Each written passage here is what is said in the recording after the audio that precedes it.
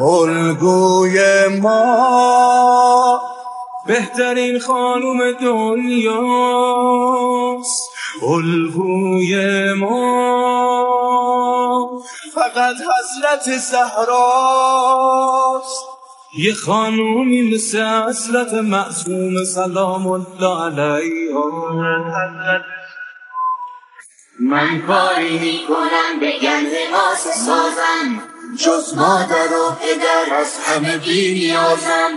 ایرانی جماعت باخت نمیده هیچ وقت، ممکن نیست که به بازی دنیا ببازم. من دختر ایرانم،